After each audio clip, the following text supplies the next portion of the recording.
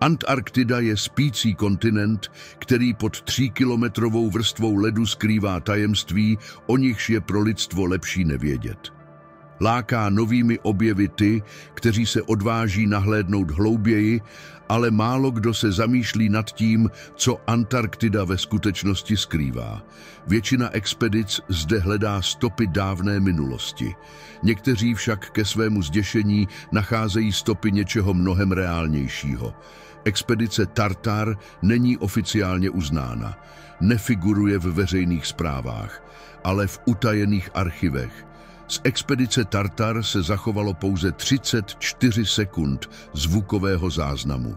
6 měsíců automatický bojový retranslátor vysílal poškozený soubor do prázdna, než byl náhodou objeven na stanici Kupola Alfa. Jedná se o záznam extrahovaný z ledového hrobu, který se nachází v hloubce 3 kilometrů. A tak to zní. Nejprve bylo slyšet pouze praskání statické elektřiny, zvuk těžkého, panického dýchání v kyslíkové masce. Poté se ozval hlas doktora Markuse Thorna, přerušený zoufalým výkřikem: Samueli, pokud mě slyšíš, vždy to bylo živé. Na jeho výkřik se vrhl mechanický skřípavý zvuk a tupý tísnivý hukot. Do éteru vtrhne další hlas, inženýr Oleg Voronov, který křičí: Lano, trhá lano, Markusi, zachraň se, utéč! Poslední slova v nahrávce opět pronáší Markus. Jeho hlas se třese a je prostoupený existenciální hrůzou, která proniká hustou vrstvou rušení. Ono se dívá na nás. Poté zazněl ohlušující zvuk přerušení spojení, po kterém nastalo úplné ticho. Byla to poslední nahrávka, která byla pořízena 96 hodin před oficiálním přerušením spojení s expedicí Tartar. Abychom zjistili, co vedlo k jejich zkáze v této ledové věznici, musíme se vrátit o 6 měsíců zpět, na začátek jejich cesty. Doktor Markus Thorn nikdy netoužil po slávě, i když si ji možná zasloužil více než kterýkoliv jiný výzkumník na antarktické stanici Dome Alfa. Byl to geofyzik s darem vidění, génius, který byl poslán do ticha nejchladnějšího místa na Zemi. Jeho posláním byl tichý boj s ledovcem. Každodenní rutinní skenování 3kilometrové vrstvy ledu při hledání skrytých jezer a starodávných jádrových vrtů. Samotná práce byla monotónní, předvídatelná a bezpečná. Až do 22. května. V tento den standardní průchod georadaru Icebridge vykázal na monitoru Markuse výsledek, který nedokázal nijak interpretovat. V hloubce 3000 metrů, v sektoru, který byl po desetiletí prohlášen za prázdný a geologicky neživý, přístroje objevily ideální geometrickou strukturu. Byl to téměř dokonalý čtverec o velikosti malé osady. Taková geometrie není pro led typická. Příroda není schopna vytvářet pravé úhly. Markus Thorn okamžitě informoval o svém objevu vedoucího sektoru Samuela Gray. Gray, který se vyznačoval pragmatismem a neklonil se k romantizaci objevů, jednoduše anomálii odbyl a připsal ji buď složitým poruchám zařízení nebo vzácné krystalické aberaci. Markus však byl touto záhadou již zcela pohlcen. Po opakované analýze objevil to, co Grayovi uniklo. V centru čtverce se teplota stabilně držela o 15 stupňů výše než v okolní věčné tání. Téže noci porušil stanovená pravidla a riskoval svou budoucnost. Markus Thorn použil rezervovaný satelitní kanál, aby nasměroval na sektor všechny prostředky, které měl k dispozici, a provedl hloubkové skenování. Věřil, že stojí na prahu nejvýznamnějšího vědeckého objevu v historii lidstva, aniž tušil, že jeho činy vzbudí zájem nejen vědců, ale i těch, kteří sledují zcela jiné cíle. Informace, kterou Markus možná vědomě vypustil bez vědomí Samuela Gray, měla požadovaný účinek. Anomálie byla příliš významná, než aby ji bylo možné ignorovat. Během několika týdnů byla v atmosféře přísného utajení sestavena expedice Tartar za účelem přímého studia objektu. Tým byl malý, ale složený z nejlepších specialistů. Vedení bylo svěřeno Markusovi Thornovi, což v něm vyvolalo nadšení i úctu. Jeho společníky byli Oleg Voronov, nejlepší vrtný inženýr a technik pro přežití na stanici, a také doktorka Eva Rostova, bioložka a xenofiloložka, která byla do týmu zařazena na poslední chvíli, pro případ, že by se v hloubce nenacházela geologie, ale mimozemský život. Po 3 týdnech dorazili na místo určení. Nebyla to obyčejná poušť. Sektor Tartár se ukázal být oblastí aktivních ledových zlomů. Právě Oleg pomocí přenosného radaru objevil to, co hledal. Obrovskou vertikální ledovou jeskyni, štěrbinu, která podle všeho pronikala hluboko do nitra planety. Začal sestup.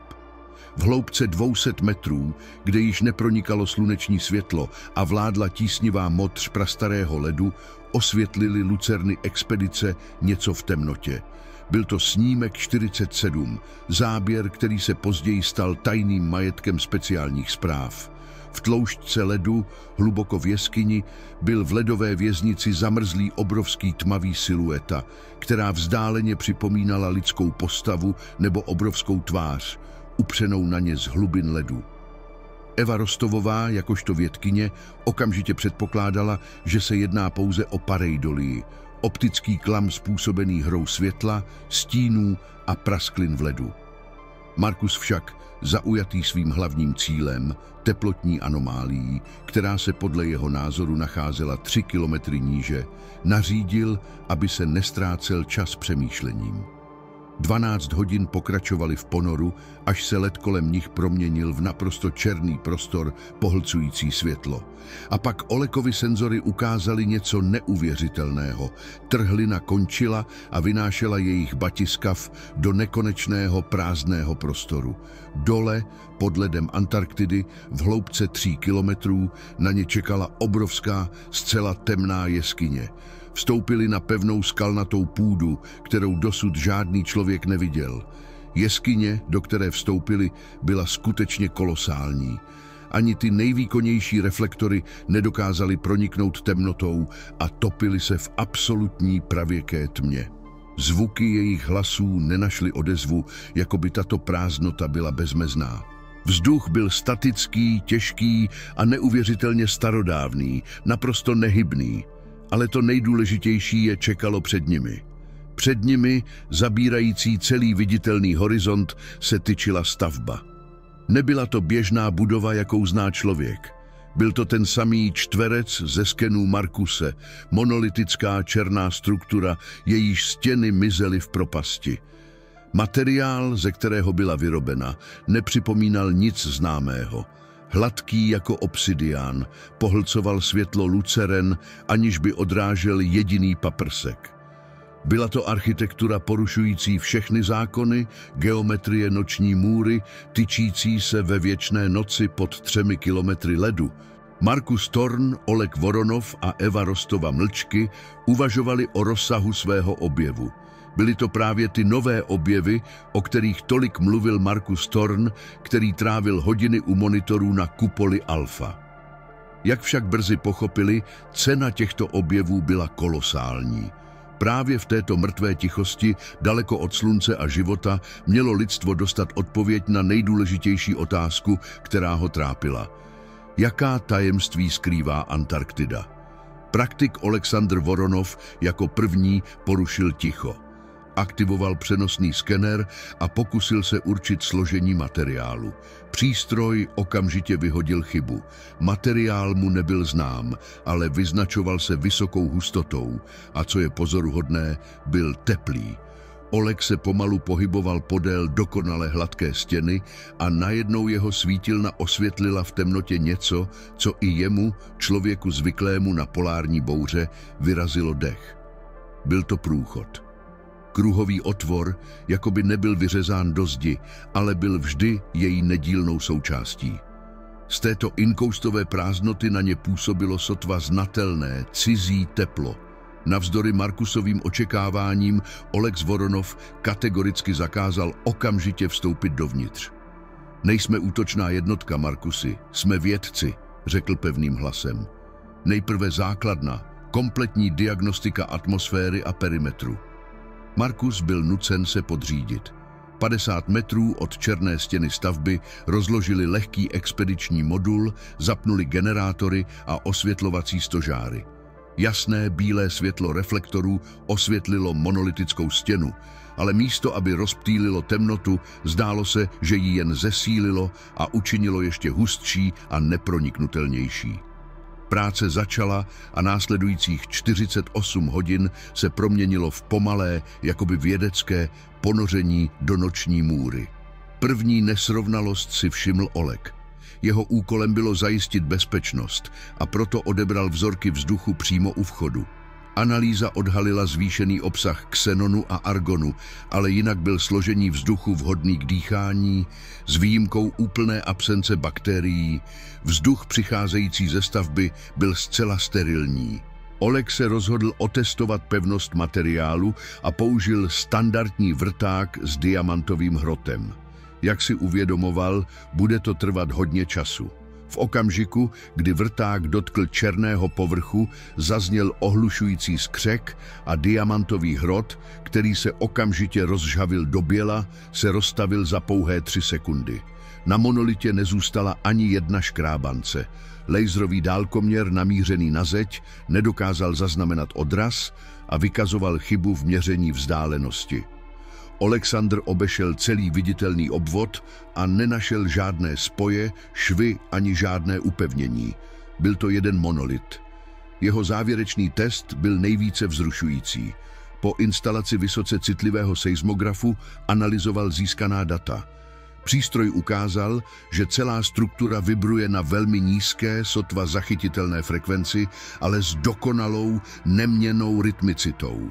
Oleg informoval Marcuse: toto není stavba, je to stroj a v tuto chvíli funguje. Eva Rostova mezitím prozkoumávala nejbližší okolí. Jako bioložka se snažila objevit alespoň nějaký život, ale našla jen jeho úplnou, nepřirozenou absenci. Skalní hornina jeskyně byla zcela sterilní, žádné lišejníky, žádné mikroorganismy. Nicméně u samotného základu stavby Eva objevila něco zajímavého. Byla to podivná, mastná, černá substance, která, jak se zdálo, vytékala z mikroskopických otvorů v základně monolitu. Na dotek byla substance studená, ale když k ní Eva přiložila teplotní senzor, přístroj ukázal extrémně vysokou teplotu. Ukázalo se, že látka teplo nevyzařovala, ale pohlcovala. Jakoby se živila teplem. Eva s hrůzou pohlédla na generátor, který stál 50 metrů od ní. Černá vrstva na kamenech se pomalu, jako živý tvor, pohybovala jeho směrem a porušovala všechny známé zákony biologie. Zatímco se jeho kolegové zabývali fyzikou a biologií, Marcus Thorn se potýkal s problémy metafyzické povahy. Posadlý formou, nikoli materiálem, se pokoušel sestavit mapu stavby, ale nic mu nešlo. Když šel podél zdi, kterou považoval za rovnou, jeho GPS tracker ukázal, že se pohybuje po křivce. Úhly, které mu vizuálně připadaly rovné, se na přístrojích zobrazovaly pod úhlem 120 stupňů. Geometrie tohoto místa ho přiváděla k šílenství. Marcus pochopil, proč radar na povrchu ukázal čtverec. Nejednalo se o čtverec, ale pouze o jeho projekci, odraženou něčím neuvěřitelně složitým. Možná to byl 4rozměrný objekt, který vrhával svůj stín do jejich trojrozměrného světa. Pohled na toto poznání byl vrcholem jeho tragického génia. Stál před jevem, který porušoval nejen zákony inženýrství, ale i samotnou podstatu prostoru. Na konci druhého dne došlo k napjatému dialogu. Oleg vypadal sklesle. Marcusi, ustupujeme. Tohle není objekt k výzkumu. Je to... Nevím, co to je, ale není to pro nás. Vezmeme vzorky a odejdeme. Eva s ním souhlasila a pověděla mu o tepelné látce. Marcus Thorn však již nemyslel racionálně. Ukázal na kulatý vchod, ze kterého stále vycházelo sterilní teplo. Vy to nechápete. Jeho hlas zněl vzrušeně. Ono nás volá. Není to ochranná zóna. Je to jazyk. Mrtvý jazyk, kterým s námi komunikuje. Jsme první za miliony let, kdo mu rozumí. Nemůžeme odejít. Já neodejdu, řekl a bez čekání na jejich souhlas popadl svůj batoh, porušil všechny protokoly a vstoupil do temného otvoru. Oleg a Eva, svázáni rozkazem a neochotou opustit svého vůdce, se na sebe beznadějně podívali a šli za ním. Rozhodnutí vstoupit patřilo výhradně Markusovi, ale nyní ho podporovalo ochromení nečinností. Touha odhalit tajemství v něm zcela pohltila strach a dokonce i elementární opatrnost. Eva a Oleksij, svázáni protokolem a autoritou Markuse, ho následovali do temného průchodu. Uvnitř nebyly žádné zdroje světla, ale samotná tma zde působila úplně jinak. Byla hustá, tísnivá a matné světlo jejich čelovek se chovalo neobvykle, nerozptylovalo se, ale jakoby ulpívalo na površích. Osvětlovalo jen několik metrů před nimi a vše ostatní ponořilo do neproniknutelné tmy. Tento koridor, pokud se tak dal nazvat, narušoval všechny Markusovy představy o prostoru, což jen potvrzovalo jeho domněnku. Rohy vypadaly zároveň ostré a zaoblené a podlaha jakoby si hrála s jeho vnímáním, střídavě stoupala a klesala, což vyvolávalo záchvaty nevolnosti a pocit ztráty orientace. První znepokojení pocítila Eva. Její biologický instinkt byl velmi vyvinutý. Zastavila se a rukou v rukavici se dotkla zdi. Dýchá, zašeptala. V tichu tábora venku by si toho možná nevšimli, ale v uzavřeném prostoru to nebylo možné ignorovat. Stěny nestály nehybně. Celá konstrukce nepatrně pulzovala jako obrovský spící živý organismus. Alexandr okamžitě zkontroloval své přístroje a jeho tvář zbledla. Jeho kompas a gyroskop nejenže selhali, ale také se zuřivě otáčeli, jako by je rušili neslučitelné magnetické pole. Byli bezmocní, nemohli určit sever, jih a neměli tušení, jak daleko od vchodu se dostali. Ale Markus Thorn byl v euforii, dosáhl toho, co hledal celý život. V dálce se objevila hala, jejíž stěny byly zdobeny složitými reliéfy. Nejednalo se o systém písma, ale o mapu zakódovanou do kamene. Na stěně visela hvězdná mapa zobrazující souhvězdí, která ve skutečnosti neexistují nebo alespoň nejsou pozorovatelná ze Země. Uprostřed sálu Markus objevil něco, co určil jako oltář nebo ovládací pult, tmavý podstavec zdobený stejnými záhadnými symboly. Právě v tu chvíli udělal Markusův tragický génius osudovou chybu. Na podstavci uviděl konektor, který vzdáleně připomínal zdroj napájení. V návalu čistého vědeckého nadšení a s touhou zapnout toto místo nařídil Olekovi, aby k němu připojil jejich přenosný generátor, který si s sebou přinesli. Oleg protestoval a tvrdil, že je to šílenství, že neví, s čím mají co dočinění, ale Markus byl neústupný. Kabely byly připojeny. Markus Thorn otočil vypínačem. A nic se nestalo. Struktura nereagovala. V sále vládlo stále stejné zlověstné ticho. Markus, zklamaný neúspěchem, udeřil pěstí do podstavce. V tu chvíli Eva Rostovová tiše vykřikla. Svítila baterkou na zeď, na místo, kde podle jejich předběžných výpočtů měl být vchod, ale ten už tam nebyl. Po Evině výkřiku nastalo ticho, které bylo děsivější než jakýkoliv hluk. Otvor, kterým se dostali dovnitř, zmizel. Nezavřel se, nezvedl se, prostě se rozpustil v hladké, monolitické černé zdi, jako by nikdy neexistoval. Byli uvězněni.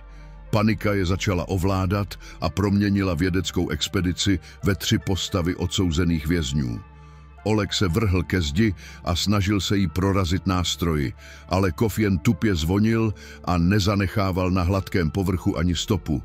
V tu chvíli Markus Thorn pochopil, že jeho neúspěšný experiment přesto přinesl výsledek. Nízký infrazvukový hukot, který sotva zachytili, začal zesilovat. Nevycházel z podstavce. Zvuk jakoby vycházel ze všech koutů, ze stěn, ze stropu, z podlahy. Stavba jakoby ožila. Pulzování stěn, které si všimla Eva, zesílilo a nabylo charakteru zřetelného, silného rytmu, jako by bylo kolosální srdce. A v tu chvíli ožil podstavec. Symboly na něm zazářily chladným, nadpozemským světlem, které proniklo temnotou a osvětlilo sál. Basreliéfy na stěnách také ožily. Hvězdná mapa se měnila a Markus pochopil, že to není mapa, ale diagram. Diagram znázorňující vězení. A pak přišla ta nejděsivější část. Celá obrovská jeskyně za hranicemi stavby se otřásla silným otřesem, který nepřipomínal zemětřesení. Byl to zvuk, který znamenal začátek. V zoufalé snaze pochopit, v čem se zmýlil, Markus Thorn upřeně hleděl na zářící podstavec. Uvědomil si, že stavba nebyla městem, nebyla chrámem, byla to pevnost. Složitý mechanismus zadržování, vytvořený někým nebo něčím neuvěřitelně starým. Bylo postaveno, aby zadrželo něco, co dřímalo v samém srdci antarktické horniny. A oni mu nedali jen energii. Připojením svého generátoru mu poslali signál odbít, oznamující, že venku je vše v pořádku. Otočili klíčem v zámku. Vrátíme-li se k té panické zvukové nahrávce, vidíme, jak se dunění mění v řev. Stavba se začíná uzavírat a mění svou geometrii, aby se ochránila před hrozbou, kterou sama probudila. Markus si uvědomuje, že snímek 47, silueta v ledu, nebyla socha. Byl to strážce, jeden z mnoha, a teď se také probouzel. Je to živé, Samueli, jestli to slyšíš, vždycky to bylo živé, křičí Markus do vysílačky, vědom si toho, že jeho slova jsou zbytečná. Oleg Voronov se snažil dostat k záchrannému lanu, které nechali venku, ale uviděl, jak se před ním zhlukuje černá hmota a odřízává jim cestu. Lano, trhá lano, Markusi, uteč! Ale nebylo kam ustoupit. Markus, Eva a Oleg se ocitli v centrální hale. Světlo jejich baterií zhaslo a ustoupilo chladnému svitu symbolů. A pak symboly také zhasly. Ocitli se v úplné tmě, obklopeni hukotem a vědomím, že něco probudili. Ono se dívá na nás, zašeptal Markus a spojení bylo přerušeno. Na stanici kupole Alfa Samuel Gray sledoval monitor, na kterém 3 zelené indikátory životních funkcí expedice Tartar postupně změnily barvu ze zelené na červenou a poté na šedou. Ztráta signálu. 72 hodin Gray čekal a věřil v zázrak, ale ten se nestal. Záchranná operace, kterou zorganizoval, nepřinesla žádné výsledky. Druhá skupina se dostala do sektoru Tartar, ale nic nenašla. Trhlina, kterou sestupoval Markusův tým, jako by nikdy neexistovala, zmizela a uzavřela se. Led v tomto místě se proměnil v jeden monolit.